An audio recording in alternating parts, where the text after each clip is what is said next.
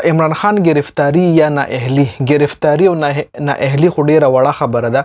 حمید میر یو ډیر غټ انکشافات کړي چې د اختر نه پس د غټ اختر نه پس په عمران خان سره د دین هم بدحال کیږي چې خلکو له د ضیاء الحق زمانه را یاد شي. حمید میر ډیر غټ انکشافات کړي دي چې عمران خان سره به د اختر نه پس ډیر زیات بدحال کیږي.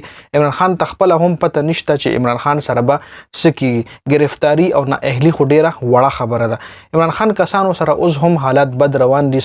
کسان داسې د عمران خان د پارټۍ رهنما MNA MPA چې په یو کیس کې راخلاص شي نو بل کیس کې ارست شي، چې بل کیس کې راخلاص شي نو په بل کیس کې ارست شي دوباره. حمید میر ډیر غټ انکشافات کړي دي چې د اختر نه پس په تاسو ته د ضیاء الحق زمانه دوباره را یاد شي.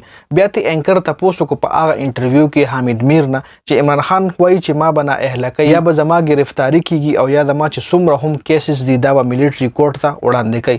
نو حمید میر ولادي په جواب کې وی چې دا ډیره وړه خبره ده. عمران خان سره به دین هم زیات کیږي د اختر نه پس. بل حمید میر دا خبره هم وکړه چې گرفتاری او نااهلی د پاکستان په تاریخ کې ډیرو زیاتو سیاستدانانو سره شوي دي.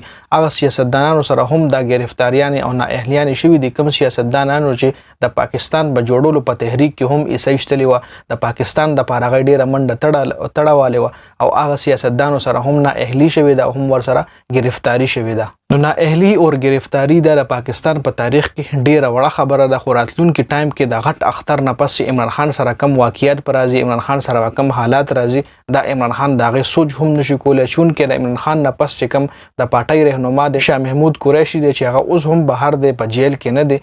چون کې عمران خان ته هم وخت ورکړل شوی چې 30 تاریخ پورې ته ځان خپل د سیاست نه ماینس کا یا ملک پرېدا او یا سیاست نه ځان په خپل ماینس کا ورنه 30 تاریخ نه پس پمونګه پتا باندې نور هم اکشن اخلو، پتا باندې به هم نور زموږ چې څومره هم پلان دا پتا باندې امپلیمنٹ کیږي.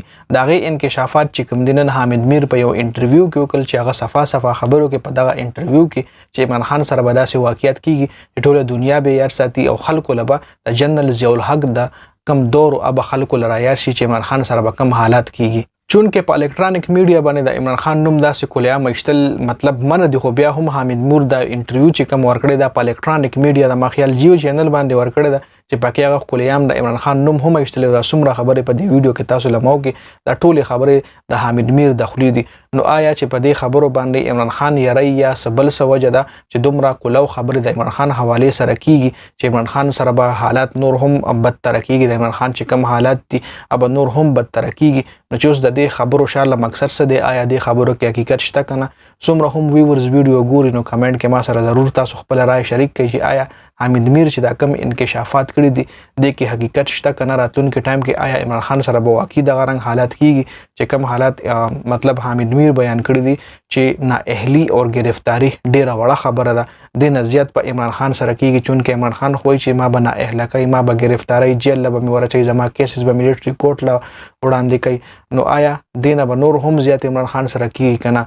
د دې حواله سره د تاسو سره د خپل رائے ما سره په کمنټ کې شریک کړئ. بل د حمید میر د خبرو حواله سره د عمران خان د پارټۍ د رهنما یا د MNA یا MPA یا عمران خان خپل د حواله سره څه بیان نه جاری شوی چې د حواله سره عمران خان څه بیان جاری کو پاغه باندې به هم بیا ان شاء الله تاسو سره یو ډیټیل ویډیو شریک کوم یا د عمران خان د پارټۍ چې کوم میډیا منیجمنت پارټي ده کدا غي حواله سره هم سبډیټ راغونو تاسو سره به شریک کوم ان شاء الله. نو د ویډیو کتلو ډیره زیاته مننه. ویډیو مخکې ملګرو سره شریک کړئ، جنید خان افیشل چینل هم سبسکرایب کړئ، پیج هم لایک کړئ. والسلام.